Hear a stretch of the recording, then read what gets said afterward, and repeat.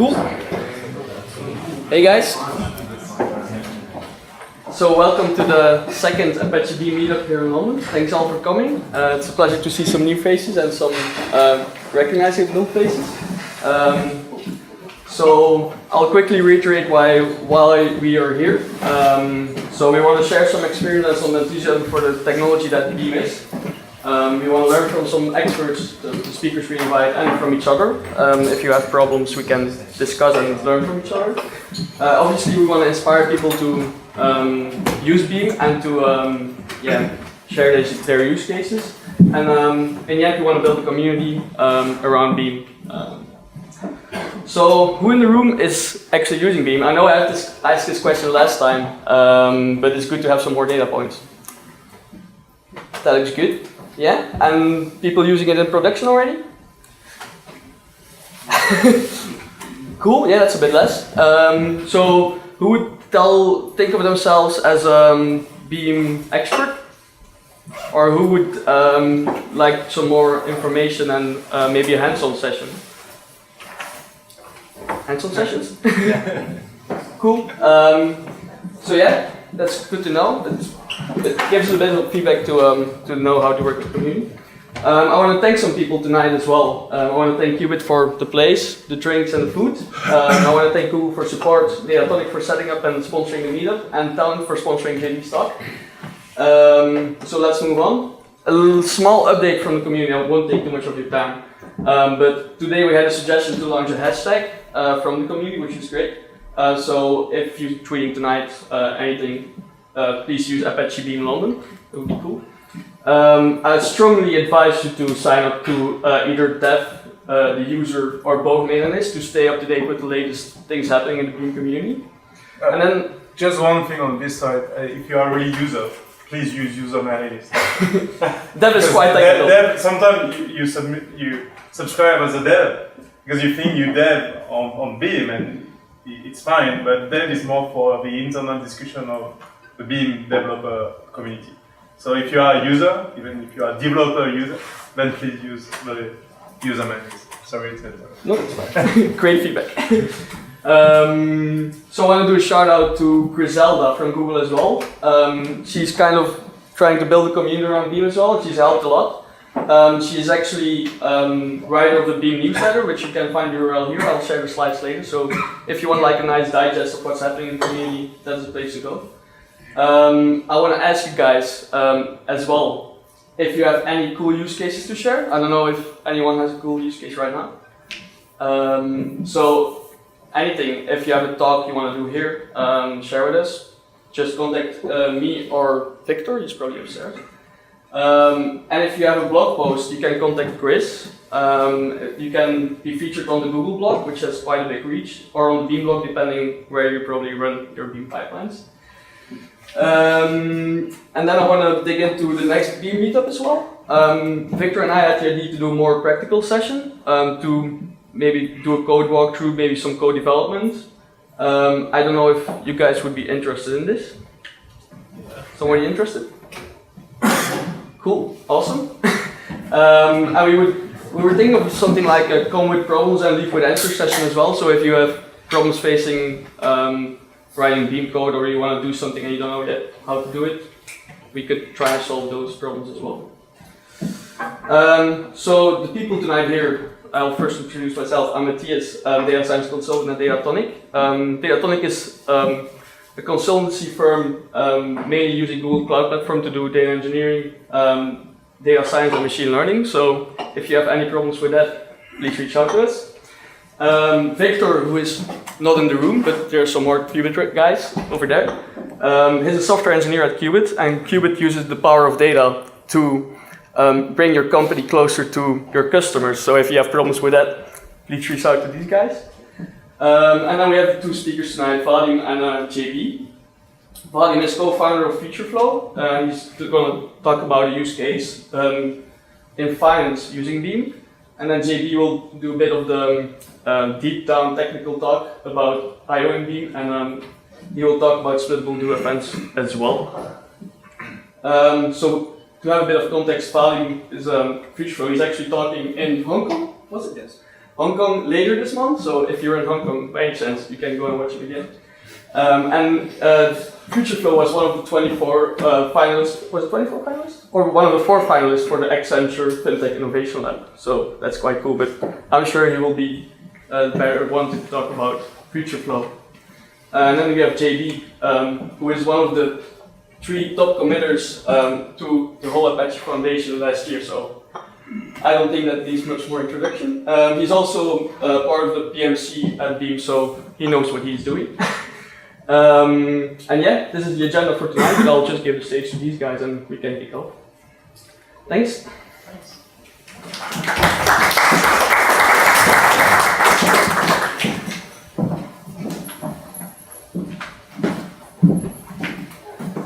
Hi guys, thanks for coming today. My name is Vadim. I'm the co-founder of FutureFlow. I'm just going to set this so that I don't lose track of time.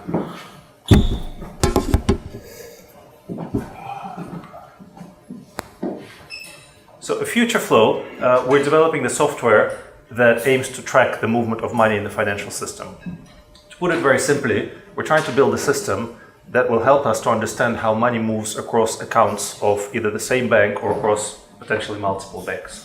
To give you kind of the simple intuition behind what we're trying to do is if we have a transaction between 2 parties, let's say party A and party B for £5, in our system we want to represent that amount 5 as a collection of 5 distinct elements, each of which collectively represents that 5, and we want to track how these elements, or units as we call them, move around the economy as they're being used in transactions, as they exchange hands. And we want to build histories of how these units move around.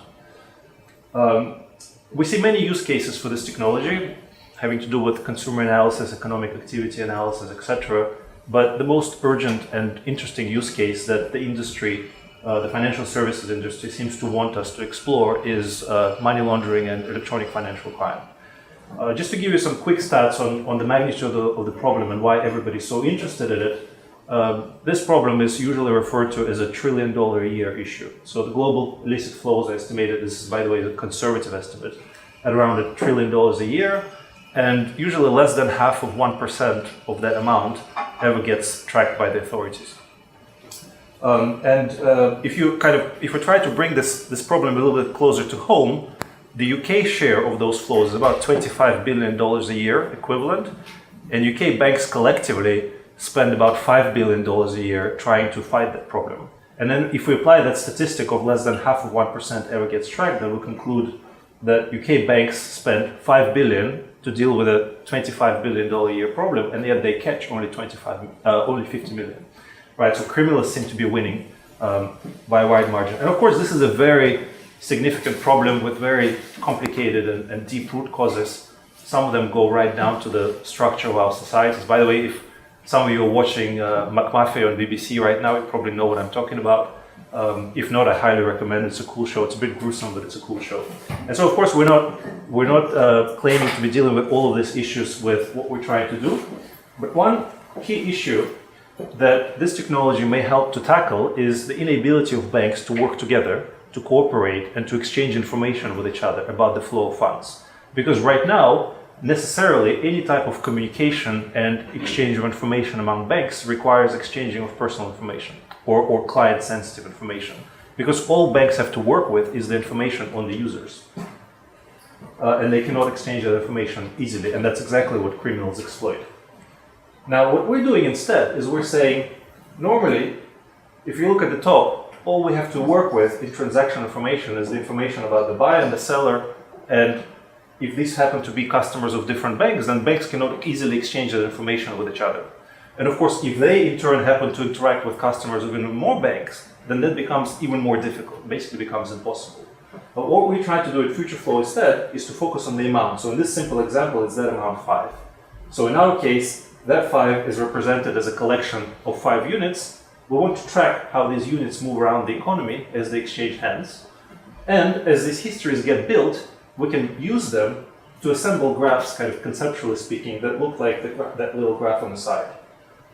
And what we argue is that what makes that graph interesting is not so much that we know the identity of each individual node on the graph, but rather the overall shape, if you will, of the topology. And in fact, this information can be fed to us by member banks in a scrambled or hashed form.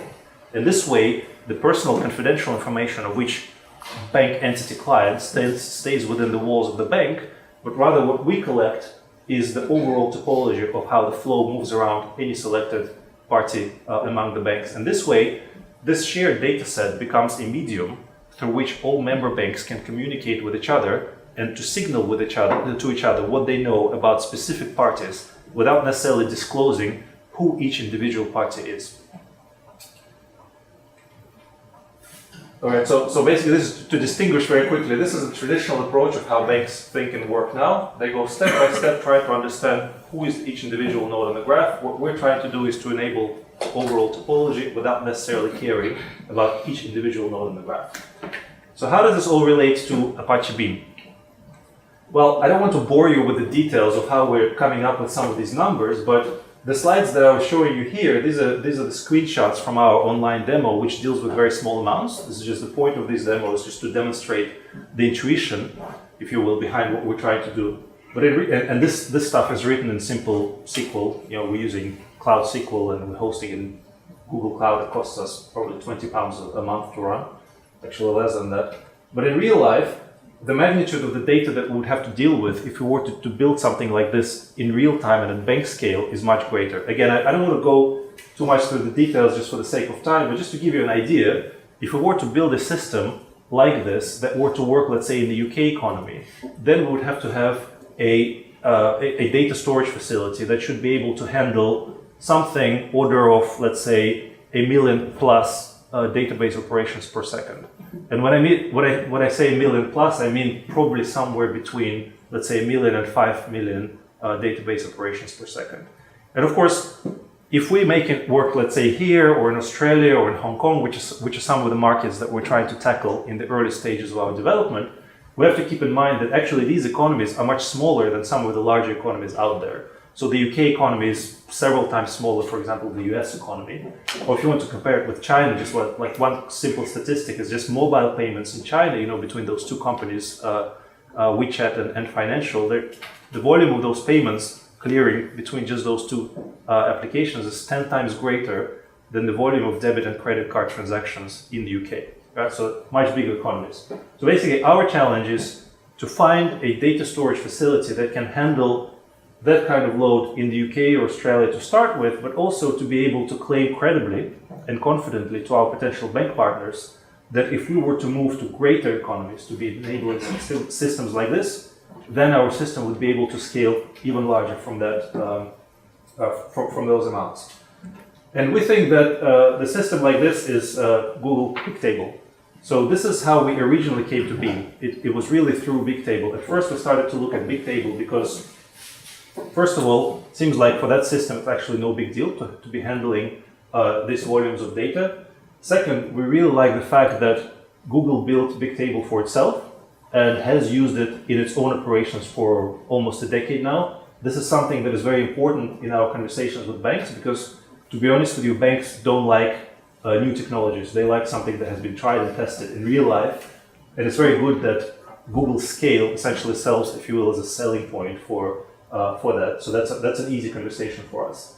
But of course, Bigtable in itself is kind of just a black box that doesn't do anything on its own right. You need to have something to work with this, and this is where we come to Apache Beam, or originally to Cloud Data Flow, which is what this used to be when we first looked at the issue a year ago. So what we liked originally about data flow, or now we'll call it Beam, is first of all, it's very easy integration with Bigtable. It's literally one line of code that puts your P collection into a Bigtable. Similarly, there's very easy integration with PubSub, which is Google's messaging service, or it could be an open source system like Kafka or something similar. This is actually very important for us because this makes it easy for us to tell banks that we don't need to do much in order to integrate our solution into their infrastructure. We can easily tell them that as long as they can put a message onto our queue about a transaction that is happening, then we can take it and take care of the rest on our side. So that makes the integration very easy. And again, from the Beam side, there's literally one line of code that takes a message from a PubSub or a Kafka queue. Well, I haven't worked with Kafka, but this was with PubSub, and Beam takes care of the rest. Autoscaling is an interesting feature for us because if these systems were to work in real time, there's a huge discrepancy between the volume of transactions that takes place throughout the daytime and nighttime. So it's nice to be able to adjust the number of workers dynamically. That's a cool feature. Finally, pipeline design. That's something that is very important for us right now because as we're still developing the use case, this is something that allows us to sort of take care of the beginning and the end of the project right away, and then focus on redesigning the actual business logic and the flow of how data actually gets transformed in the middle multiple times, because obviously we're not at a final solution yet. This is something that we'll have to keep reworking for quite a while. And with Beam, this is quite convenient because as you're constructing your pipeline, as I said, it's easy, it's nice to know that we've taken care of the beginning and the end, and what we're doing in the middle in terms of the actual business logic is something that we can tweak quite a bit as we're speaking with banks about how this use case will actually work. Just want to check how I'm doing on time. All right. So to give you an idea of the overall sort of high-level technology stack, essentially we want to take transactional data from banks that looks something like this, very simple, what we call flat format. You know, information on the buyer, the seller, and the amount. Obviously, in real life, we expect that data to be hashed so that we don't actually know who the buyers and the sellers are because we don't care. We just want to build the topologies around them. We push that data through our stack, which is the combination right now of, as I said, PubSub, Cloud Data Flow, which is the Google managed service for Beam, and Bigtable. Then there's an element of machine learning that I will go through a bit later. And what we want to come out at the end is basically the same information, but in a format that allows us to understand the flow. So the way we think about it is that this format is flow, this format is stock. This is stock versus flow. We want to enable the system that will help us to understand the flow of money just by giving you the information about the stock. Okay?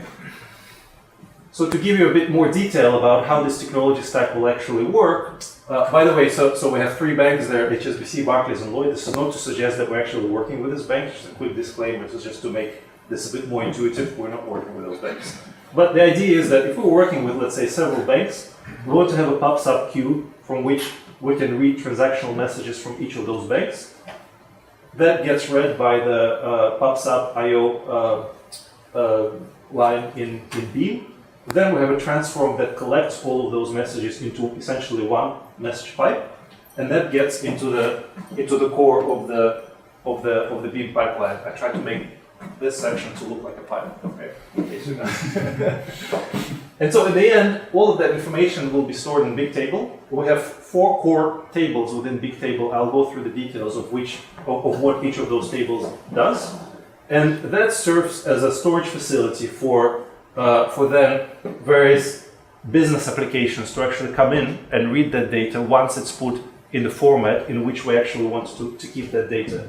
And there are 3 broad categories of business applications that we want to be using on top of this data. Again, I will go through each of these 3 later, but just to give you a quick intuition, we need to be able to build simple and quick Python-based scripts that will be able to iterate and traverse through this data in order to find certain things. We'll go through the example of that later. Second, we want to be able to have a simple web-based interface that will be able to read that data from Bigtable and construct some of those graphs similar to the graphs that I showed at the beginning of the presentation. It's what we call sort of the last mile, if you will, solution that visualizes some of the linkages once the analysts are actually looking at them. And finally, we want the data that is stored in the Bigtable to be stored in a way that makes it very sort of machine learning, if you will, friendly. It needs to be in a format that enables training of various machine learning based models that will be doing some analysis of transactional data on the fly. So this is what our Beam pipeline looks right now. It's a little bit complicated just because there's some minutia here that goes into calculating some statistics of how many transactions we're processing per second or per a few seconds, etc. There's actually an element here of what we call a splittable DoFn. I know we're going to go through the splittable DoFns as they're done properly today at the deep dive, but we had to do this a year ago, at which time they weren't available yet, so we kind of had to fake one, thanks to some of the recommendations from Googlers on Stack Overflow. And as I said, we originally developed this in Dataflow 1.8 about a year ago, and then we recently upgraded this to Beam 2.2. So Fortunately, it all works. There were a little bit of tweaks that we had to do, but generally, this works. Just check the time. Okay. So just because it's a little bit hard to read, and as I said, there are a few things here that don't really make any business impact. I created this. Whoa. What just happened? Sorry. That's fine.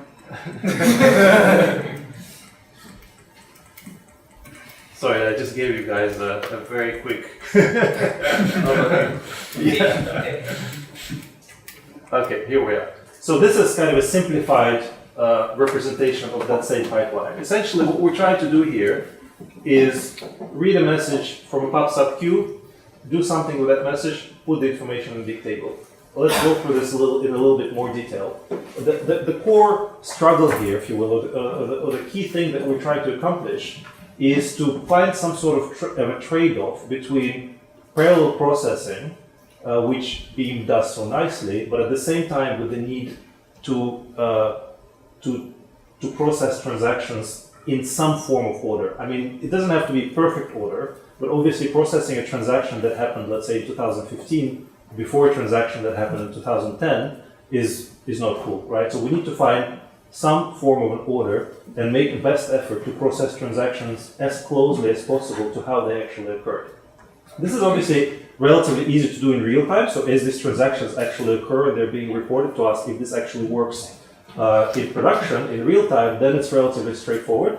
But if we have to do this in batch mode, where let's say a bank throws at us a stack of transactions for the past 5 years, we can't just parallelize them all together and process them all at once, right? Because that wouldn't make any sense.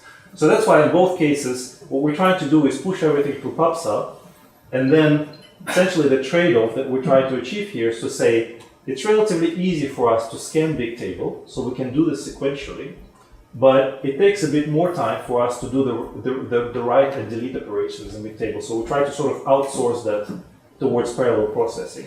So essentially what happens here is we take each message from the pub/sub queue, and the logic here is, let's say, we take a message for a transaction for, let's say, between A and B for 10 pounds, right? And in our system, let's say we have a system that wants to track every single pound.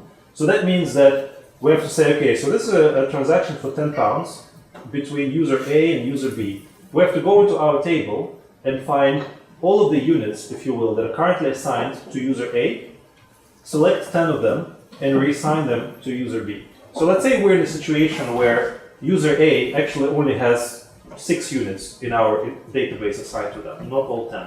We have to trust the bank that that transaction is actually valid and that they had sufficient funds. So we have to build some of those units. So essentially what happens in this case is this element here, the parse transaction element, goes through Bigtable, finds the units that are assigned to user A. It's 6 of them, as I said. Those units are put out here into this big collection, where they will be further reassigned to the next user. Whereas the remaining number 4, which are the units that we haven't found because they don't exist yet in our database, they need to be created. So the other output element here is the number 4. So it's just one number, which suggests how many units we actually have to create and assign immediately to the recipient of this transaction. So that takes place here. This is, by the way, this has to be a splittable DoFn because, of course, if the number is 4, then we can just loop through through 4 steps in a loop and create 4 units and reassign them to the seller. But if that number is 1 million, we don't want to loop through 1 million from 1 to 1 million and create those units in sequence because that's not good parallelism. So here we want to split up that amount into smaller batches and process that operation in parallel. One of the interesting things here, by the way, is that in order to do this efficiently, we have to use 2 different ways to write into Bigtable. So as I said earlier, Beam is quite good in terms of integrating with Bigtable. There's literally one line of code that takes care of putting a collection of mutation elements into Bigtable, either as row updates or creations or deletions. The problem with this, however, is that in our experience, if we have to do this in lots of rows at a time, it's much better to do it as a buffer mutation rather than to do it one by one. And for that reason, we're using, so to go back here, we're using 2 different ways to write to Bigtable. For very simple, quick writes that have to do with, let's say, one row at a time, we're using the native write to big table transform. But for the operations that by their nature involve very large collections, let's say 10,000, 20,000, 50,000 elements, it's much better to do that through buffered mutation. And for that, Beam has a very nice abstract function from which you can, abstract class from which you can inherit. And this way, you can actually have a persistent, this allows you to keep a persistent connection to big table without reusing it, without reinstating it, and write a very large amount of either row creations or deletions to big table at once. And that really speeds up the performance. In our experience, this makes big table perform far better than the actual advertised, if you will, QPS that big table can achieve, given your nodes, given your cluster size.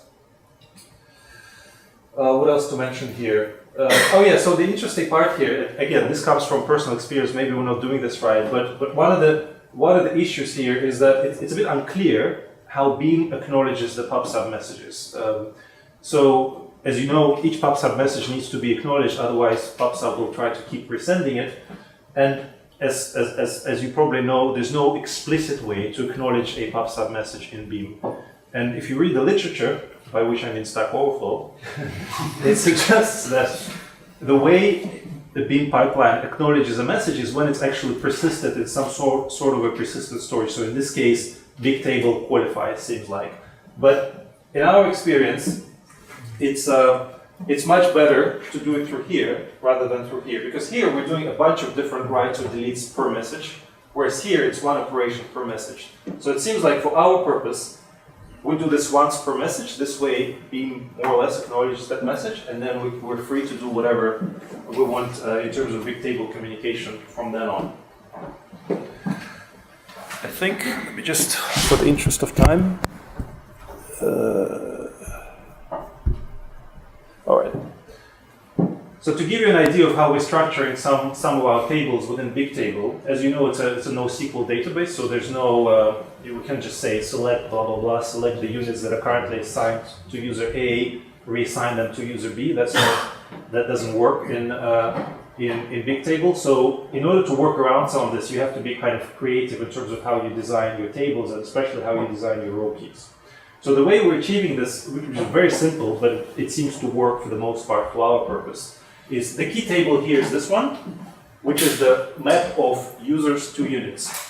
So our goal is to say, let's say we have two users in the system, John and Peter. And we have 2 units currently assigned to John, and 3 units currently assigned to Peter. So what Big Table is good at is allowing you to find very quickly the users that are currently, the units that are assigned to a user, and then select as many of them as you want, and then reassign them to the next user. We can do this very quickly. And then the next thing that we want to do once that happens is we want to build the histories of how these units got reassigned. And for that we have those two tables, which is a table which maps units to transactions in which they were involved, and also transactions to units which were involved in each transaction. This seems quite dumb because we're essentially kind of repeating the same information, which is very unfortunate. But from my personal experience, this is a better way to do this rather than storing information in columns. Because once you have a table with a table with a lot of rows, so let's say if you have a big table, in my experience, with let's say 1 billion rows, it becomes virtually unworkable to do a column scan. You really have to keep working with row scans. Row scans work quite quickly. Column scans, in my experience, don't seem to work very well. So, from my perspective, this is kind of a waste of space, but it works. And space these days is not very expensive, right? So, by the way, one thing that I haven't experimented with that I need to try is trying to do this with regex scans, but I'm not sure if they would work as fast as row scans. I suspect they wouldn't, but it's one of the things that we haven't tried yet. And the ultimate goal here is to enable tracing like here. So essentially what we're trying to do is to be able to say very quickly, given the transaction ID, we need to be able to find all units that were involved in that transaction. But then for each unit, we want to be able to find all transactions in which that unit has been prior to the given transaction. That's why we have to go back and forth. And that's why we kind of have to duplicate this stuff, right? But it works, as I said. Where does this all go? How do we actually use all of this information? I told you at the beginning that I'll show you kind of three broad categories of things that we're hoping to achieve with this data. So this is one of them. So let's say we have a transaction. This is all we know about this transaction right now. If a bank is looking at a transaction like this is all they know. They know the buyer, the seller, and the amount. It's just one number. So the first thing we want to achieve is to say, actually, that number is not a number, it's a collection. So that 5 becomes a collection of 5 elements. Second, we want to say, for each of those elements, we want to know the unique history of that element, which is the information of all of the transactions in which that element was involved.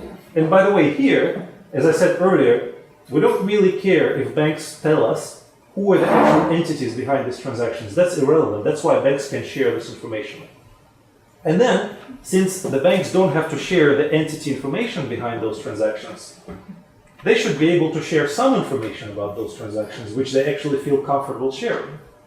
So to give you an example, let's imagine that the yellow dots represent transactions that involve the so-called PEPs. So one industry jargon term is PEP, which stands for politically exposed person, right? So let's say the yellow dots mean PEPs. Let's say the blue dots mean, I don't know, suspected terrorists or something like that. And the red dots mean something completely horrible, confirmed case of something, which got revealed at some point. So as I said here, banks don't really need to share the identities of who those entities are. What they need to share is the information that can actually leave the walls of the bank without breaching any regulatory, data protection, etc. constraints. This way, we can immediately build a transaction score based on this information. Right now, banks can go until they're blue in the face trying to understand just those two entities, the entities that they're dealing with at a given transaction. This way, they can actually make a decision about any transaction by having the information about an arbitrary number of entities that were involved X number of steps back from the given transaction without necessarily knowing who those entities are. And then interestingly, as I said, let's imagine that the red dot represents a case that we really need to know about, right? Well, the neat thing here is that that's a unit, that's a transaction, right? So we said, so this unit has this history, right? Each of these dots is a transaction in which this unit was involved. And let's say this transaction is particularly interesting to us. Well, we can easily go in the system and check all the units that were in that transaction together with ours. And we can say, well, now that we have those other units, we can go back and say, what are the transactions in which those units were involved that we didn't know about?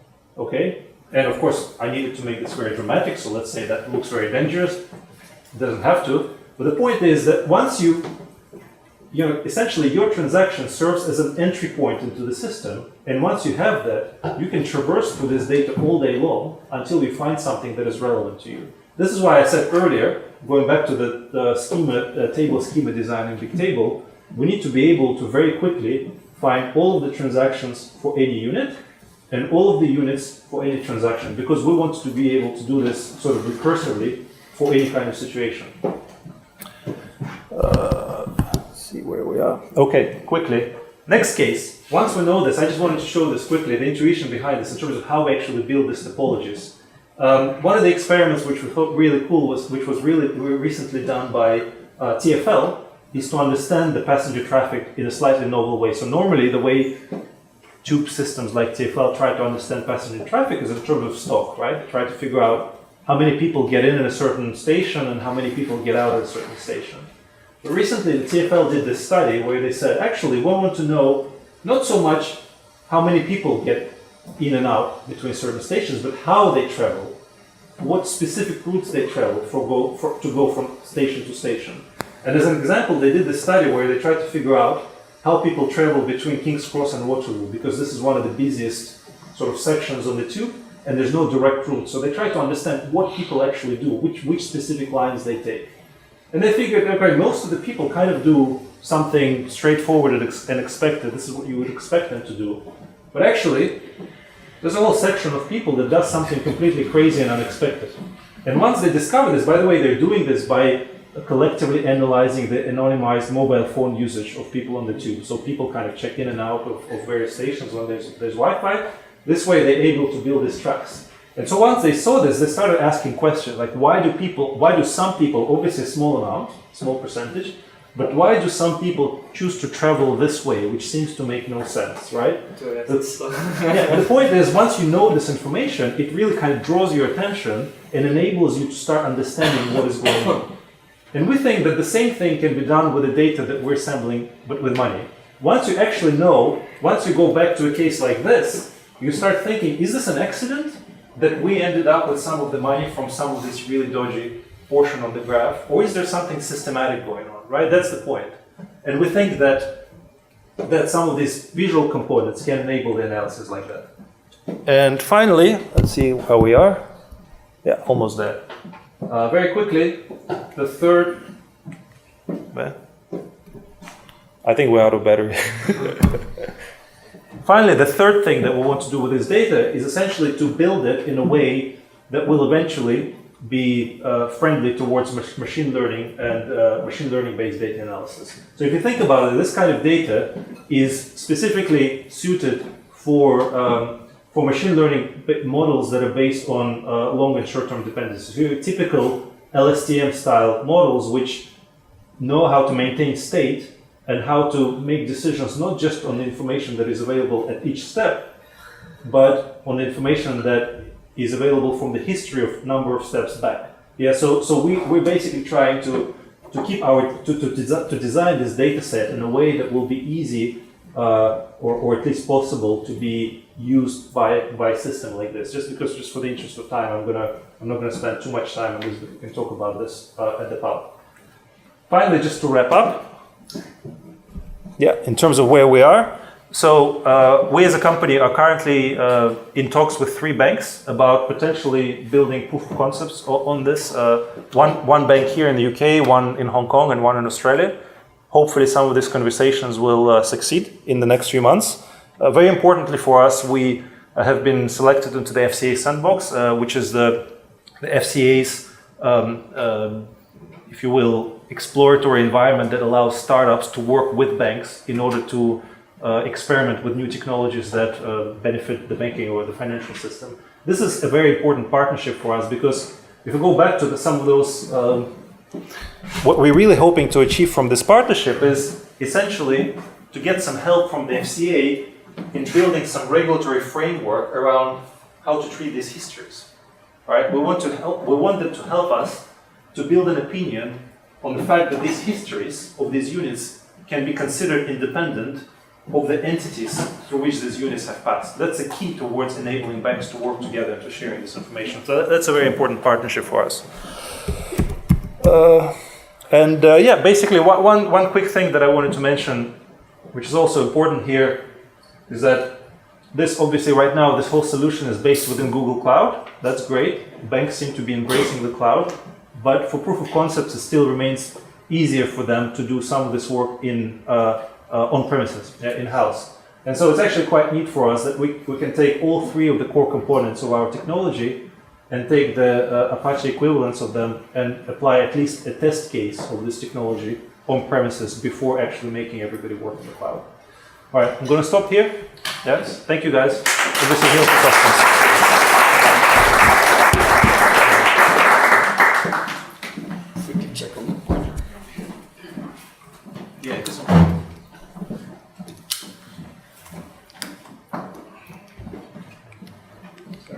Are you fine doing? Yeah. Sorry about it. No, I'm fine. Thanks. All right. Thanks, Vadim. For actually a good introduction about the deep dive we're going to do now, about the IOs and Beam details. I have a bunch of stickers, and actually I'm going to ask you some questions. And the good answer, you get the stickers, or good question that you may ask, you will get the sticker as well. Yeah, I have a bunch. I have some Apache one as well. So during his talk, Vadim talked about IOs, big table. He talked about collection, data collection, and actually we're gonna see what are these IOs. How you can write your own IO. What is an IO basically? Maybe some of you already know, but we're gonna do some deep dive. We don't care about this. So quick remember about what is Beam. I'm gonna ask some questions. so be careful. So the Beam parts the programming model, and we will deep dive on BIOs and the file system. So Vadim talked about data flow. Actually, the important thing is Beam comes from data flow, but only one part of data flow, the data flow SDK. Data flow, there are two things. We have the execution engine, is what you are using on the cloud, and part of this data flow engine is the SDK, and this SDK became Beam. So it comes from Google Data Flow SDK. It's now on it's a top level project at Apache since, let me try to remember, May last year.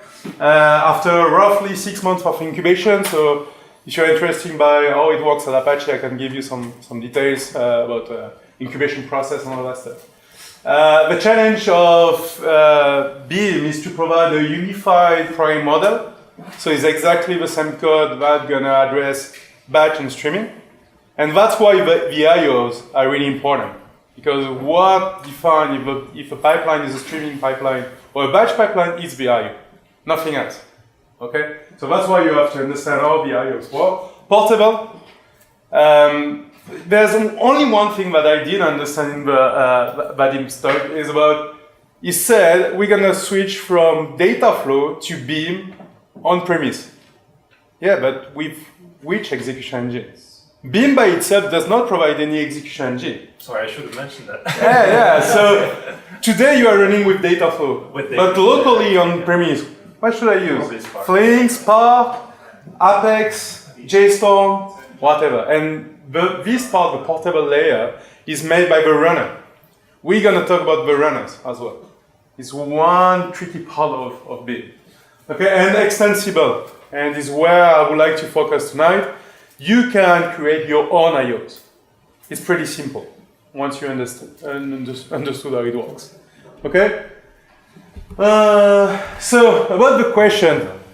Do you remember the 4 questions of a Beam programming model? Who knows the 4 questions representing the programming model, the Beam programming model? No stickers? What, how, where, when? Yeah. And what does it mean? Good question. What? What is what? What? So, one is to do. With an easy word. You know, pretty easy. What is what in the Beam model? Where are you trying? One word. One word. A function. What is a function? Are you doing sum? Are you doing, I don't know, group by key? Are you doing a window? Somehow? Okay, so what is the function? Okay, second one. When in process. Okay, so when, what is when? When in event time. So, Easier. yeah. A window. When means a window. Nothing more than that. I would like to group my data in a window, a chunk of data. Okay, the third one? How? How? What does mean how? So, is this It's related to the when. I had. in processing time, where you sort of So you're talking about processing time, I agree. versus event time? Or event time. That's the third. What's the difference between event time and processing time? Actually, it's the trigger. How equal trigger. Okay? So what function? When window. How trigger. And the last one? The where is the trigger. The when is the where is the window. The when is the trigger, and the how is the accumulation. Okay, so that's the 4 questions. What function? Where is the trigger? Where is the window? When is the trigger? And how is the accumulation? Okay, that's all that Beam is. So mixing all these questions, you can implement different use cases. The first one is just using function. You do batch. If you add some window, you do window batch. I don't talk about streaming for now. And if you do window plus trigger, then you have a streaming processing. And finally, you can do streaming plus accumulation. Okay? with just mixing these questions, you can implement different use cases. Yeah, you want to speak, right?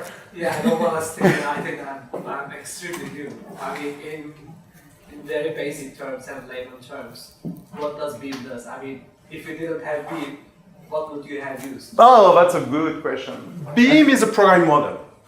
It allows you to implement, using a language, you have different set of languages. Using a language, you will create processing jobs. So Beam is a framework that you code. So you are doing some code, and you're gonna process a large set of of data. That's all. Only this is a data processing framework. Okay, that's it. So and this, what you're gonna do using this code is this. So it's not a technology. Programming model is a technology. Execution engine is a technology. So Beam by itself is a set of programming model implementing using SDK. So you have some languages you can use that allows you to implement this. Okay? And this is, thanks for the transition, this is the SDK that you have today. You can implement your processing job using Java, Python, or Go. Okay? You have also some DSLs, domain-specific language, on top of the SDK. So instead of using directly the SDK, because you are not very familiar with Python, or you are not very familiar with Java, I don't know, or you prefer Scala, I don't judge anything about this. Okay, so you prefer Scala, you prefer maybe SQL, you prefer XML, JSON, or whatever, then you can use a DSL on top of the SDK. So it's something that actually behind the hood, it will create the same SDK code. So when you use Shayo, which is the Scala DSL from Spotify, behind the hood, you use the Java SDK. So whatever you're going to use, the Shayo Scala DSL from Spotify or directly the Beam Java SDK will be exactly the same. Okay? And I said that Beam by itself does not provide an execution engine. So it means that you have to run your pipeline, what we name your data processing job. In Beam, we name this a pipeline. You have to run somewhere. And this somewhere is up to you. You can run locally on Spark, you can run on Amazon, on Spark located on Amazon EMR, on Google Dataproc, whatever. You can run on Dataflow, you can run on Flink, you can run on Apex, JStorm, or whatever. And the part that translates the Beam pipeline code that you wrote into something for the execution engine is the runner. So the runner is a translation of the code specific to one execution engine.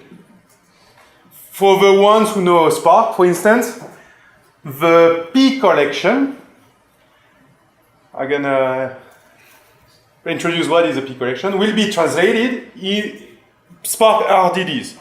Today. Pretty soon in data frame, but today is RDDs. Okay? So let's talk about the core concept.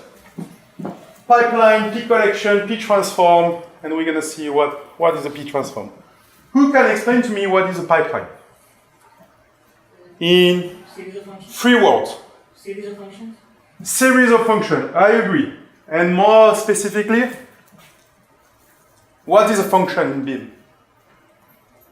Action. What is a function in Beam? Data in process, not data at rest. The transformation. Transformation. Yes. Yeah. A function in Beam is a P transform. So basically, a Beam pipeline is a set of P transform. Is a chain of P transform. Okay? And you have 2 kinds of special P transforms in a pipeline. The first one and the last one. The first one, reading from somewhere. And the last one, storing from eventually to somewhere. Reading from somewhere is an I/O read. Writing to somewhere is an I/O write. So what do you think is an I/O? What is an I/O for you? is a P transform. An IO is simply a P transform. Okay? And the purpose of the IO is to read some data from some backend, PubSub, and create a P collection. What is a P collection in Beam? It's a transformable collection. Sorry? Say that again. Transformable collection. No, transform is a P transform. I'm talking about P collection. Yeah, transformable collection. A collection where you can apply a transformation. What is a collection? Collection of what? Data. Data. Okay, so why P collection? Yeah, pipeline collection parallel, like be spread on different workers. Okay? Can I change a P collection? Yes, it's immutable. Okay, so a P transform actually take a P collection as an input and create another P collection as an output. Okay, the P collection is properly changed. And so a P collection is a set of elements, right? And what is the special, what is an element, basically? Can I ask you a quick question? Yes, go ahead. What is the need of creating a P collection? So if I'm having a data stream, data source, so if this pipeline is getting the data, why don't just fetch the data, process it, that's it? Why are you creating a P collection and then... As soon as you have to transform the elements in the P collection, whatever you're going to do, you will do a transformation on the P collection. Let me take a concrete example. You read from Kafka. I think I'm misunderstood. So what I am saying is, what I understood is like I am having a data source over here. I got a copy of that data into the P collection and then the P transformation happens. Yes, correct. So you are reading from somewhere, Yeah. and you create a P collection. So but that is a duplication of the data from the data source. No, because let's take a concrete example. Back on Vadim example with PubSub. From a PubSub, I will byte array of data, basically, when I read from a topic. Okay? This byte array will be put into an element of a P collection. Okay? It represents what I'm going to transport in my pipeline. So it's not a copy of the data. Okay? It's just a population of the data in the element of a P collection. Okay? The purpose is really to wrap the data into a P collection.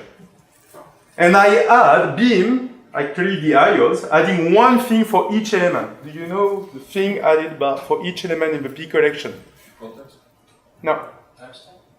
Timestamp.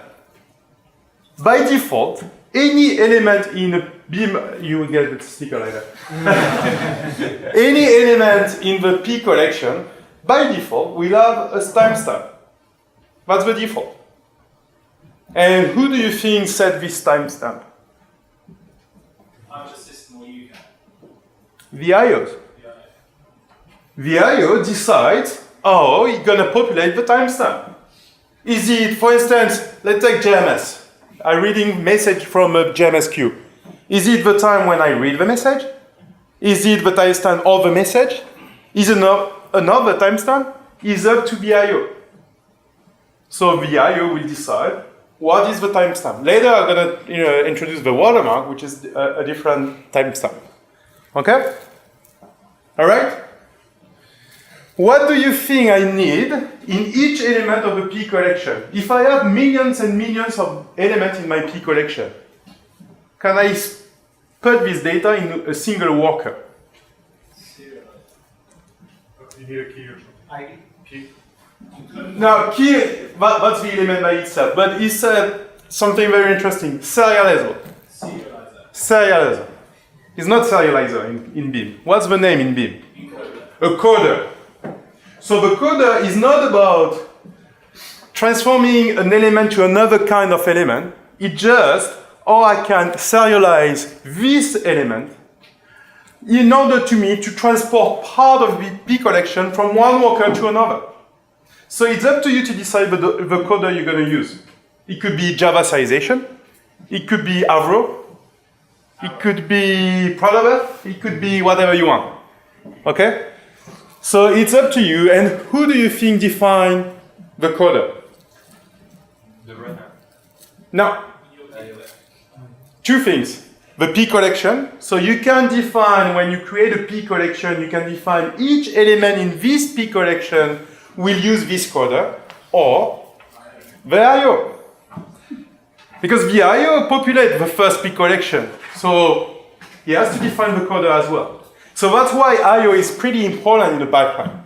It defines a lot of context that actually you're going to use in your P transform, and your P transform will work thanks to the IO. Okay, so if I summarize, this is a pipeline, is a set of P transforms, as I said. You got the sticker, thanks to your answer. You read from an IO and you write to an IO. So a P collection is immutable, so you create a new P collection. When you consume a P collection, you create a new one.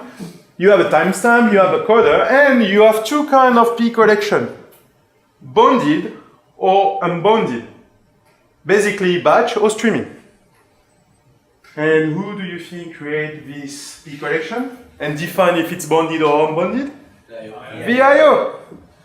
And that's where Beam is really powerful, because without changing your code, without changing your P transform, just changing the first IO, the read IO, we will be able to switch from streaming to batch or from batch to streaming. Okay, I don't have to change anything. I mean, if you use Spark, you have to depend to Spark Core or Spark Streaming in the past and use different method and all that stuff. Not in Beam. In Beam, you just use different IOs. Okay? The P transform, I don't want. Oh, just one thing about P transform, which is very important. A P transform has to be serializable. For the same reason as an element in the P collection has to use a coder to be spread on the different workers, a P transform can be executed on any worker and can move from one worker to another. So in that case, it has to be serializable. Okay? This is the list of P transform you have. It's not complete, okay? It's just to give you some ideas. So it's the answer of the what question in the Beam prime model. Combine, sum, count, min, max, pardo, map elements, all this stuff is a P transform. So let's take a look on the IOs now. Let's start with the easier. Yeah. Just a question on the previous one. If you want to write a P transform, which language are you going to write? In the runners? No. That's a good question. Actually, so to give you a complete feedback, you write a P transform using, for instance, Java, and you package the dependency and you set in your pipeline. The runner API, which is part of the Beam core, is able actually can create new transform based on primitives. So the only thing the runners has to do is to implement the 6 primitive of P transform. All of the P transforms are a combination of these primitives. If you create a complete new P transform that is not based on any primitive, then in the runner, you have to add the translation for this P transform. Translation meaning for this P transform in Beam, this is the translation in the execution engine. Okay? Most of the time, when you create a classic P transform, it will use the primitives, and so it will work in any runner. Okay? It's the same for the DoFn. Gonna see it later. All right? So let's move forward on the IOs. I don't know what time it is. Let's start with the easiest one, the write. So you have a pipeline, and you have a P collection. You did a lot of things like key value pairs of, I don't know, sum or whatever. And you want to store this P collection into a backend. How can you do that? It's two stickers for this one question. How can you do a write in your pipeline? Sorry? A write IO. Okay? But depends where I want, right? Yes. So basically, I have a P collection. And I would like, let's say, store in Elasticsearch. Okay? How can you do that? If, assuming I don't have Elasticsearch IO in Beam, of course, we have Elasticsearch IO. But I don't have anything. I have that P transform of P done. Exactly. And easier than that. So in the, I agree, you do p transform, p collection of string, p dom. What do you do in the extend method of this p transform? I have to. Who said that? DoFn. Yeah. The simplest write that you can do is just a DoFn. Why? I'm going to take each element in my p collection and store into something. Okay? And actually, all IOs today, the right part of the IOs, are implemented using DoFn. So this is a DoFn. Oh, it's not very. So it's exactly what you said. I have a write there, implementing p transform, p collection of string p dom, and I have an extend where I call my write function.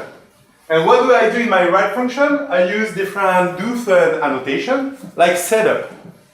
In the setup, it will be called only once when I create my function.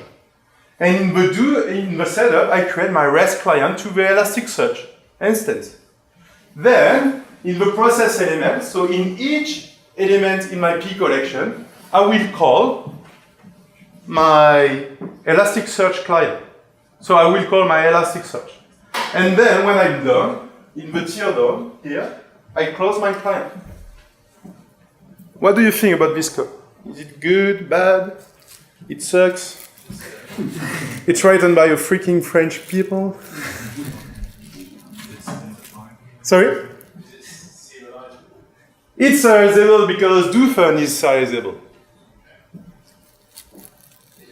Can you access stuff on the pipeline options?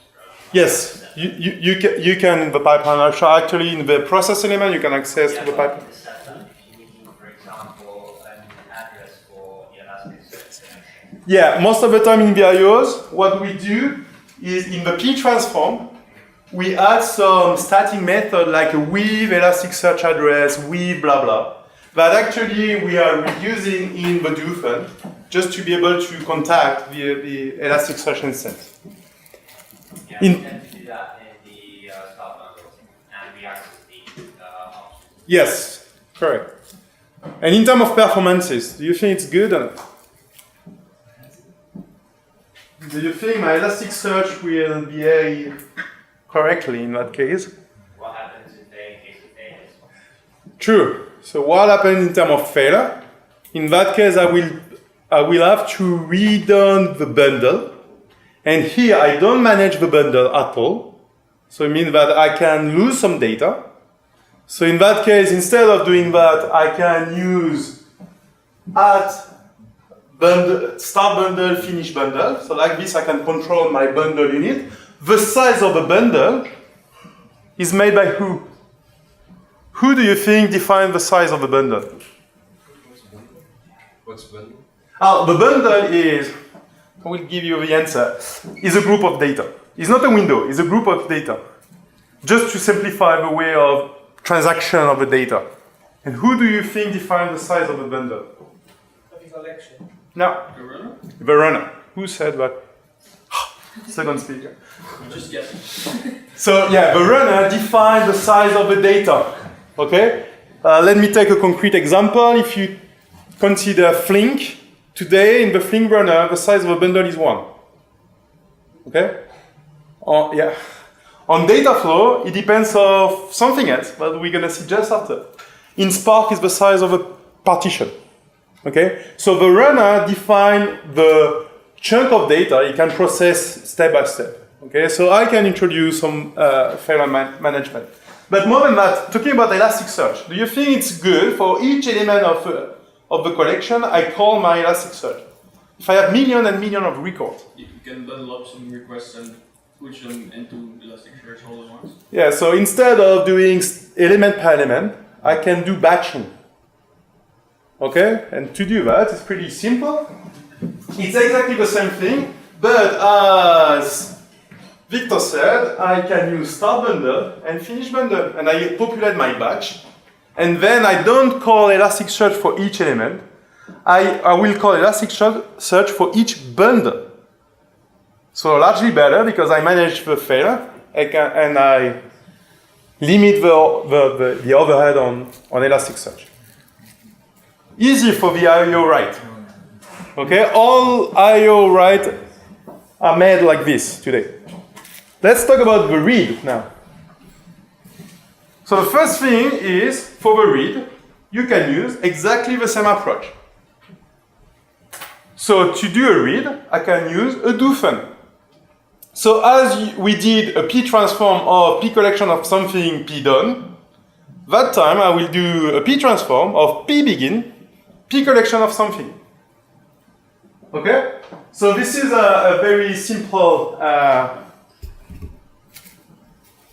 function. Today, the JDBC I/O in Beam use this. Is a single DoFn. So in this P transform of P begin P collection, I define my data source of my blah blah. And then in the DoFn, where I read, I create the connection to the database in the addSetup method.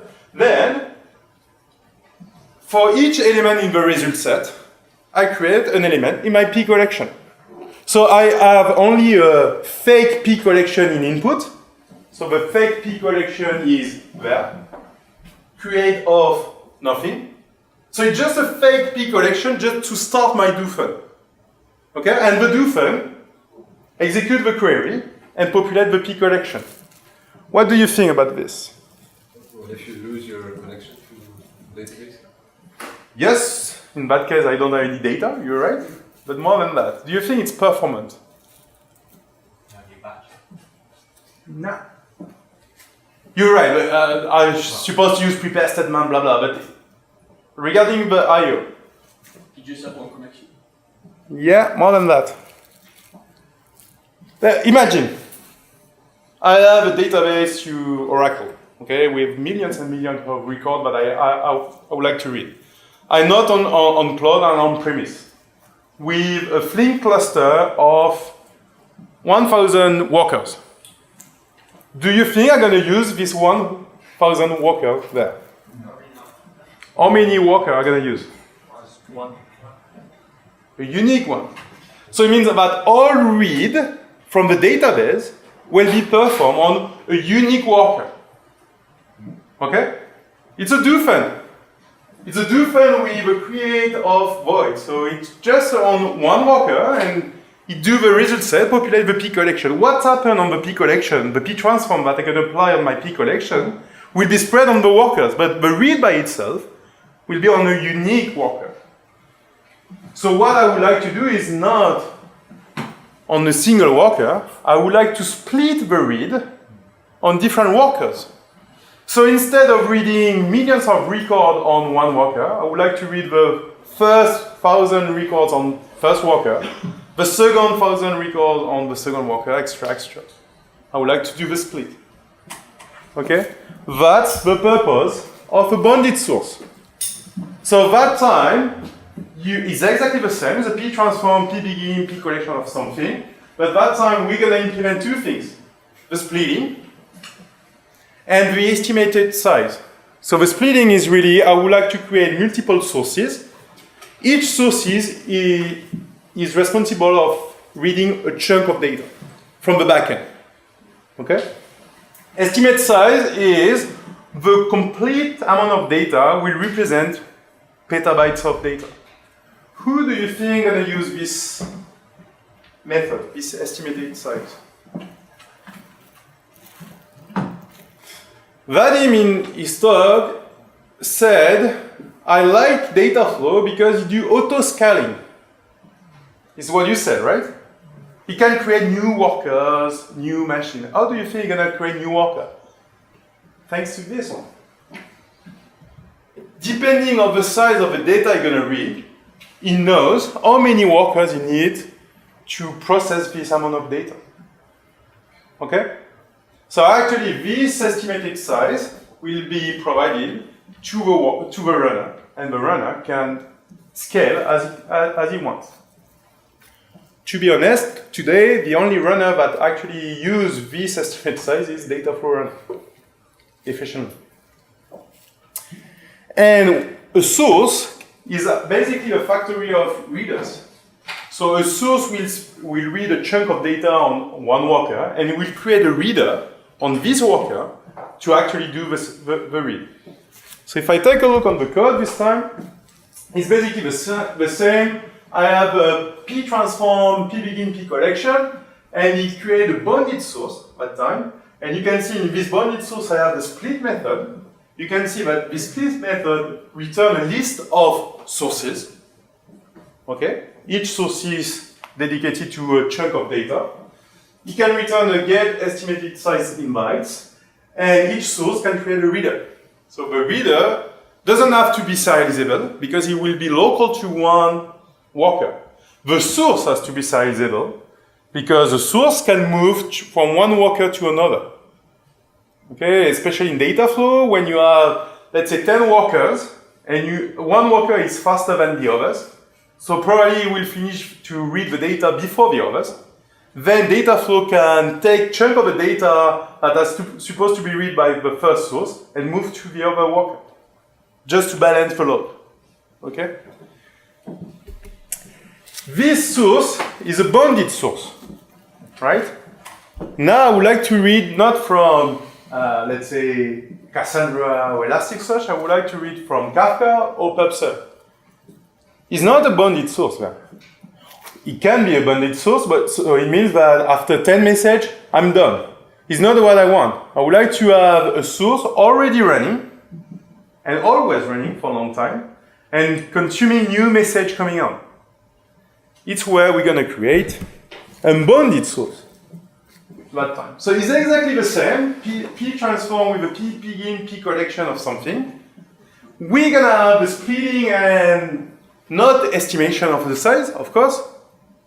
Estimate size is only for bounded P collection. When you are in streaming, you don't know the size of the collection. But we're going to have three things that you can implement in your IOs. Watermark and timestamp. So as I said, timestamp is defined by the IOs. It's where you can do that. Who can explain the difference between the watermark and the timestamp?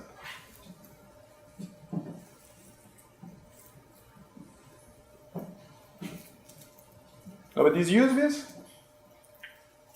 You don't use some trigger at watermark, for instance? Never?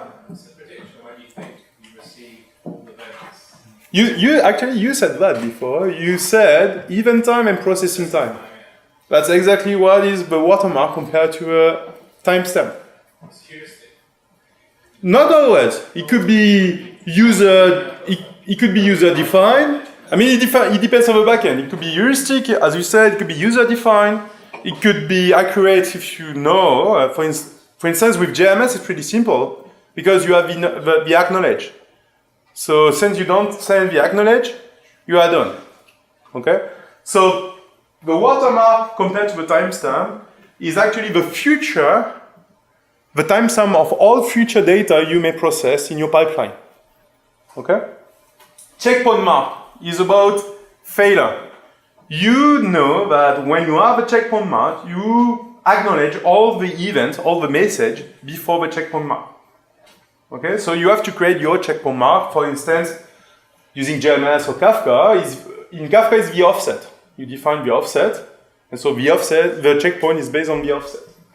Dedup is to avoid deduplication of the data. If you consume multiple times the same record, that can happen in some backend.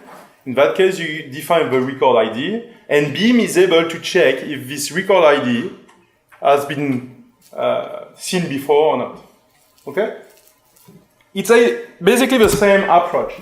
So I'm doing a P transform, P begin, P collection. This time it's not a bounded source, it's a non-bounded source.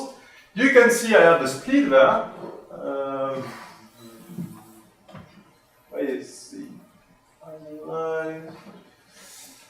There. So the split is exactly like the same in the bounded source. It's up to you to define if you create multiple sources or not. Let me take a concrete example. If you know JMS? Okay. In JMS you have two destinations where you can consume message, topic or queue.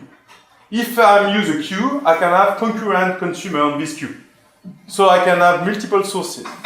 If I use a topic, then I should use a unique consumer on this topic. So that's why the split can be different. Then I create the reader, I have my checkpoint mark. So it's where I store my message waiting to be acknowledged. So this is my checkpoint mark here. And here, this is my reader. And you can see in the reader, I have get current timestamp and get watermark. So anytime that I consume a message in the advanced method of my reader, I update the timestamp and the watermark for the current record. Okay, so you can create your own IOs like this. So what do you think about all these bounded sources, unbounded sources, DoFn, all that stuff? It's cool, it's not cool.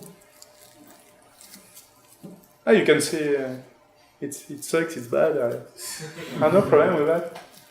Actually, it's very powerful because you can implement splitting, watermark, and all that stuff, but it's not so easy to write IOs. Depending on the backend, it could be very tricky, and actually you have a lot of boilerplate code to write. And actually what most interesting feature there is the splitting. The fact that the source is not unique to a worker, but can be spread on different workers. I can have multiple sources. So to reduce the complexity of writing an IO, we introduced the splittable DoFn. It's basically a DoFn as we did for JDBC, you remember at the beginning? But instead of working on a single worker, I can define the split. I can spread my DoFn on multiple workers. And to do that, there are a lot of things that are really interesting. As first of all is, in the DoFn, we don't distinguish bounded or unbounded P collection. It's basically the same. The splitting is common to both bounded and unbounded P collection. Okay? And what we introduce is a tracker. The tracker is just to maintain the reader, to know where we are in the read. And the restriction defined, this tracker is located to this worker. If I show you a code, basically, my count function is a DoFn. You can see it's a regular DoFn. Okay? I don't extend splittable, DoFn, whatever. It's a DoFn, regular one. The only difference is in the process element, in addition of the process context, where I can get my element in and out, I have the tracker. The tracker, we provide a set of trackers for you, based on offset, based on record ID, but you can create your own tracker. Okay? And then, just using the tracker, here, I know on which sources I can work. Largely easier than writing a source. Okay? The good thing is, splittable DoFn are already there in the API. The bad thing is only supported by the direct runner. Because it's not so easy to write, actually, to update the runners to implement this. And we have to do that. It's not so complex, but it has to be done by the runners. So before you're able to use the splittable DoFn, first we have to support the splittable DoFn in all runners. It's not yet the case. It should happen pretty soon, more or less. We should also write the new, as soon as all runners will support splittable DoFn, then the new IOs we're going to create will be based on SDF, on splittable DoFn. And then eventually, step by step, we will rewrite the existing IOs to use SDF. Okay? So just to say that today, the API, you can already see the code in the API, the splittable DoFn with the tracker and all that stuff is already there. But actually, you cannot really use it. Or you can use only with direct runner, which is a very corner case. Okay? What time is it, guys? 10:08. Yeah. Do you want to see some stuff about the runners, or do you have any question? You want to get some stickers again? Talk to me about Spark Runner. Sorry? Talk to me about Spark Runner. Yeah. When I get Python No way. Today Python is on a specific runner. It's not on the spot. No. Today Python is only on a direct like runner. You cannot run Python. No, that's what I'm coming around. Okay. Yeah, and Python you cannot run on Flink. It's not only Spark, it's any runner. Okay? It's part of the portability layer we are adding right now that will allow us to transform Python code into something executable, whatever the backend is. But it's not yet done. Other questions? Yeah. I found tricky to TDD. Sorry? I found tricky to TDD. TDD. What do you mean I TDD? mean, test-driven development, right? Why? Because of the convoluted P-down, P-begin, all of that stuff. There are some methods which you are supposed to mock, right? It depends. And there are package private visibility, so you cannot do quickly. So let me take the example of the iOS Lancer. Of course, we are doing tests in the iOS. Yeah. Okay, we are using the test pipeline. So when you're using the test pipeline, so you can mock. Let's say you run with Kafka. You can mock your Kafka broker. Then you do in your test pipeline, you do read from, so Kafka io.read.from zookeeper, blah, blah, extra. And you mock that part, or you create eventually a Kafka broker for your test. And then you use PRSEP, pipeline RSEP, to test your data.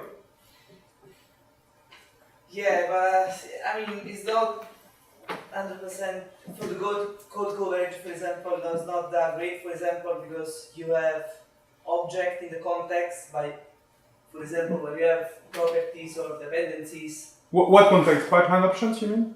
No, when you execute the process element, you have the context. Ah, okay, when you do DoFn, yeah. Exactly, Okay. and you have also other parts that you want to mock in the same transformation and use creating the start bundle, then that is very tricky to do if you don't do via reflection. It depends what part of the test. I mean, if you want to test a DoFn, for me, I do create of a P collection of something and I send to my DoFn. Yeah.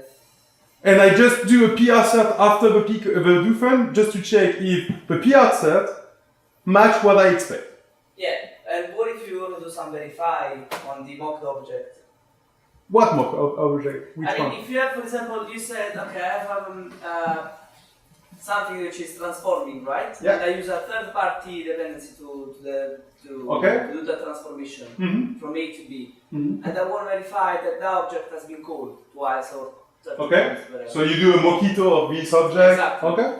And so that bit, if you don't do a lot of tricky stuff and you use reflection, it's impossible to do and try different times. This is the first thing. The second thing is that the whole pipeline, if you want unit test, the whole pipeline is almost impossible. why? Because for the problem of I've been through the code lots of times, so lots of methods have package visibility, so you cannot extend, you cannot mock. It depends what you, it depends what kind of test you want to do. Yeah, I don't want to create any third party, for example, if I'm reading from PubSub, I'm pushing to BigQuery, and I do not want to create a PubSub stuff, right? I want to just say like... If you use PubSub, for instance, when I do Google PubSub.read from blah blah, and you can do PubSub.with PubSub service. And in this method, you provide your mock. So there are some way to mock. Yeah, the same in JDBC. In JDBC, you can do with JDBC service, and in that case, you don't use the data source. You're gonna use some mock that you provide to your pipeline. The only drawback of this approach, it means that the pipeline you are testing in the JUnit is not exactly the one you're gonna run because you change the option. You do with something. Yeah. That's the only drawback. But like this, you can mock. But I agree that it's not exactly the one you're gonna run. Yeah. But you can test the full logic of your pipeline. And you use the direct run in that case. That's the difference between unit test and integration test. Because unit test is always with the direct runner. I'm running out of time, so if you have any question, I can move forward on some slides, or I can answer to questions if you have. Up to you. Slides? All right, let's do that. So this is the list of the IOs you have today. It's a moving list. We're adding new IOs pretty often. So on the file system, one thing that maybe you see recently, for the one who read from a file system like HDFS, Google Storage, or whatever, maybe you use text.io, text.io.from, blah blah. So we changed the way we manage the file system. So now text.io is based on files.io, which is a new method in a new IO in Beam. And the big advantage is now you can provide in the from when you are in the read or in the to when you are in the write, you can provide a URL like GES or HDFS or S3 or Azure or whatever. And this is dynamic, so it means that you can add new file system just by dependencies. So that's something we add in Beam 2.1, as far as I remember. It works fine. And it's something new. So today we have HDFS and Google Storage. We are working on S3 and Azure file system. So working with any kind of IOs based on files.io. So text.io, XML.io, CSV.io will happen pretty soon. The other IOs, MQP, Cassandra, Elasticsearch, all the Google stuff, so PubSub, BigQuery, Bigtable, HBase, HCatalog, JDBC, JMS, Kafka, Kinesis, MongoDB, MQTT, RabbitMQ pretty soon. The pull request is already open. I just have to complete it. Parquet.io is also a pull request release, Solar, Sika, XM. So this is the IO. If you need more, create a Jira. Sorry. The runners. Who knows how the runners are working? Who knows? Do you know how the runners are working internally? So Spark is not great. Why? Maybe it's because of my crap code, but I use it I've got on-prem. That's the only way to do it. It's funny because I did most of the Spark runner, but I don't know. It's probably my code, right? no. It's no. I'm kidding. There are some restrictions. Today, where I agree with you is the Spark runner is not optimal, maybe, compared to if you do the Spark code directly, for two reasons. The first reason is we just updated to Spark 2, by the way. But we still. Sorry? Yeah, I couldn't get it to work with Spark 2. Yeah. It should work. 1.6, I think it would work. I tested with 2.2.01 and it worked fine. So, but it's not yet complete, generally speaking, for the simple reason we still use RDDs. It's not based on data frame. So all optimization from Tungsten and all that stuff is not yet done. And for a simple reason, is because to be able to support data frame in Spark Runner, we need a schema. And in Beam, there are no schema enforcement right now. So that's why it's not so easy to map P collection element to data frame. So do you think you need a runner service running to be able to execute your pipeline? Do you think the same code, the same pipeline can run on Flink and Spark? And how would you do that? If it's written in Java, yeah. So assuming it's writing in Java.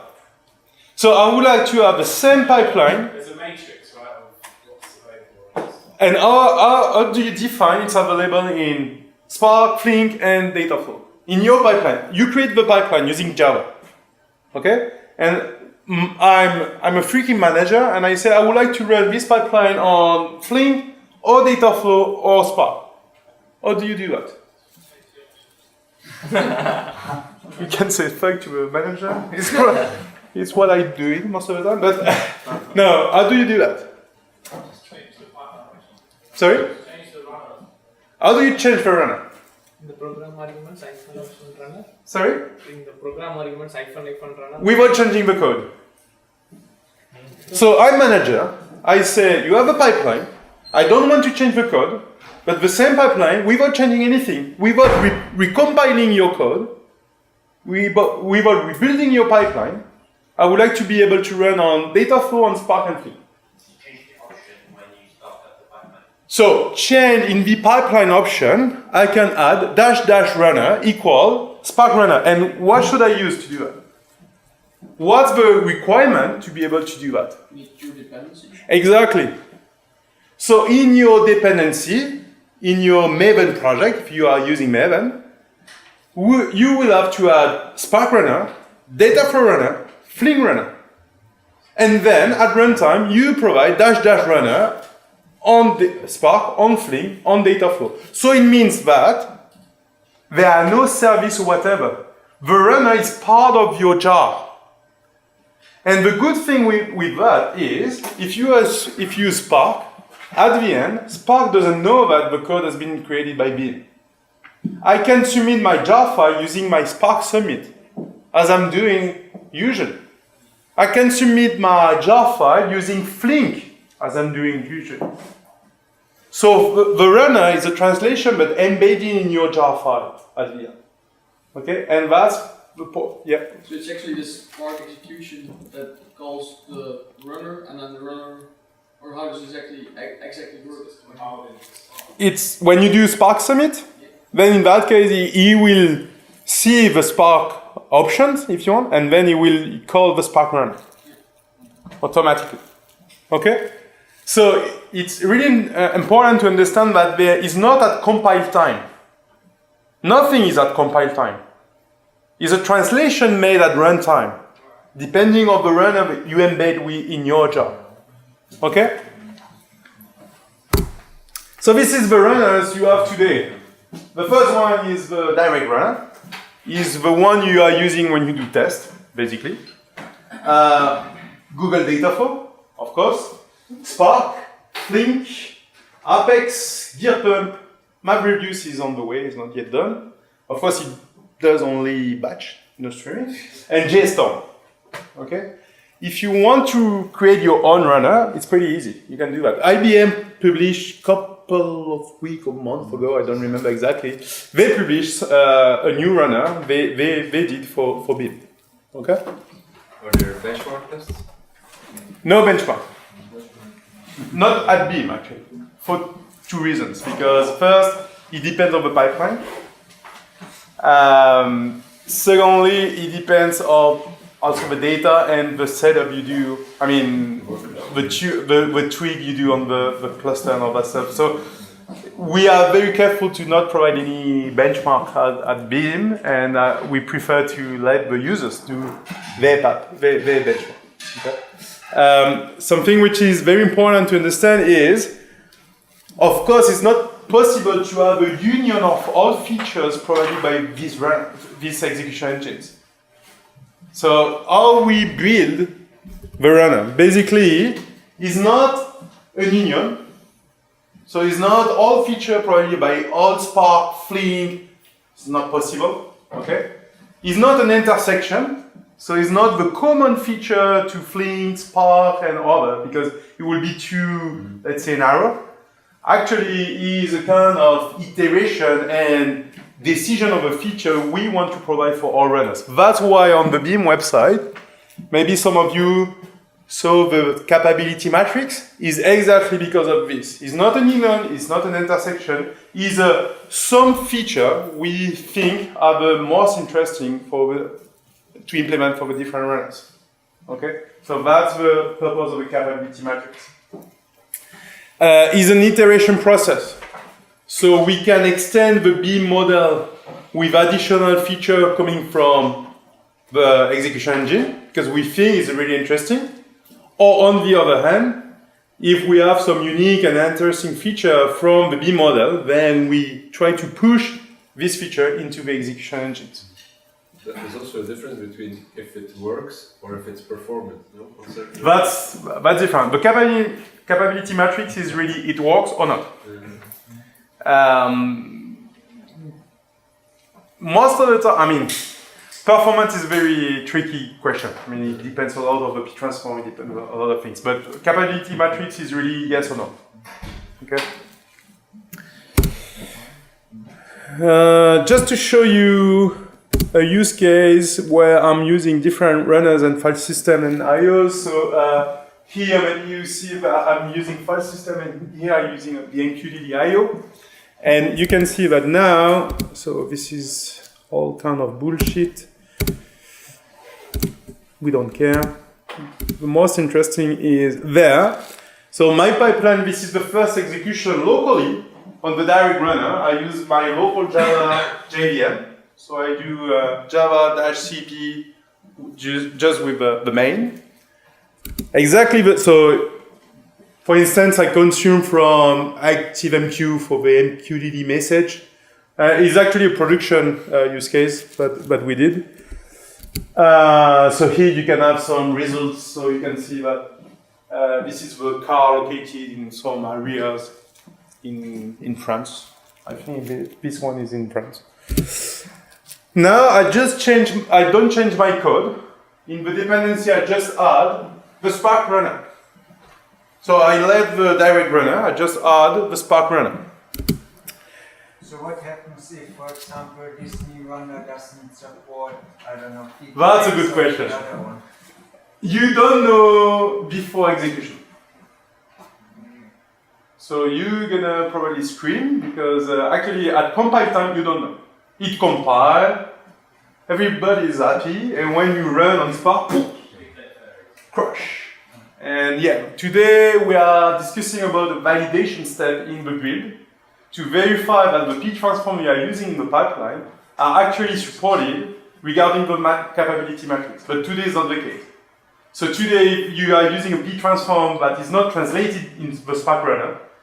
At execution, and only at execution, you will have no such method exception or pray for this translation one day or something like that. So this is the Spark runner. I do the shell, exactly the same thing. This time I'm run, and you can see that here I'm using the regular Spark Summit. And you can see here, as Victor said, -- runner equals Spark runner. So I'm using Spark Summit. I specify the master of my Spark cluster is located there. And the option of this job, because it's a job for Spark, okay? There are nothing related to Beam. It's just -- runner equals Spark runner. And it's done. At the end, Spark doesn't know this code has been made by Beam. For him, it's Spark code. And if we drill down inside Spark, so here you can see I have dstream, Spark, unbounded source. That's the translation made by the Spark runner. This is the translation from the different, so here you have a map. So it means that I use a P transform, which is a map element of something, and the Spark runner translates this as a map. Okay? And now this time, in my dependency, I also define Flink. Okay, so I have Spark, I have Direct, and I have Flink. And that time, I can directly use the Flink dashboard. So again, when I do upload jar, it's a regular jar file. Nothing related to Beam. And so you can see here the translation made by the runner. So exactly the same code, without recompiling, without rebuilding, can be executed on different execution engines. And so the discussion we had with Matthias this afternoon was, let's say for your customer, or in your use case, you already decided to go with Dataflow, or you already decided to go with Spark. What are the value of Beam? That's a fair question. and I will answer the model by itself. Remember, watermark, all these features, they were not present in Spark 1. Okay? But it was supported in Spark Runner. Okay, so it's all the feature you can implement and you can support using Beam, whatever the backend is. That's very important anyway. Okay? That's a lot of things, output. So to summarize. Oh, by the way, I have a question for you. Why in Beam we spend so much time of writing IOs that most of the time already exist in Spark, Flink, or Dataflow? I mean, if you want to read from Elasticsearch, you have an Elasticsearch connector in Spark. You have an Elasticsearch connector in Flink. Why writing these IOs? Because they need to be portable. First reason, it has to be portable. That's the first reason. It means that my pipeline, as I'm using Beam IOs, it can run on Flink, Spark, and Dataflow again. First reason. Second reason. Where some only support streaming and other ones fetch separately as well. That's true. There's some connectors only support specific use cases. You're right, and more than that. Everybody uses them, it's a common use case. I agree, but more technically speaking. Splittable? Exactly. All the features provided by the IOs, splitting, watermark, timestamp, coders, they are specific to Beam. So I cannot directly rely on the connectors existing on the execution engine because first, I'm not portable, plus I'm not supporting all the features that Beam can provide. Okay, that's why we spend time to provide the IOs in Beam. So just to summary on Beam, maybe you agree, you disagree, I don't know, we can fight with beers if you want after, but it's a unified model, first. It's exactly the same code for batch and streaming, with some advanced feature like watermark, splitting and all that stuff, checkpoint. Today we have a fairly number of connector IOs, okay, it's not complete, but it's better than 1 year ago. Okay, we have Elasticsearch, Cassandra, and all that stuff. Agnostic, so it means that exactly the same code will run on different execution engine. Maybe it's not a very valuable argument for your business or managers or whatever, but it's true today. It's extensible. You can create your IOs, you can create your runners, you can create your DSL, your SDKs, it's up to you. And basically what we have in mind is for Beam, and one of the big reasons to have Beam at Apache is to be a kind of glue in the big data ecosystem. Okay, like this, we can integrate with different execution engine, different connectors, different language.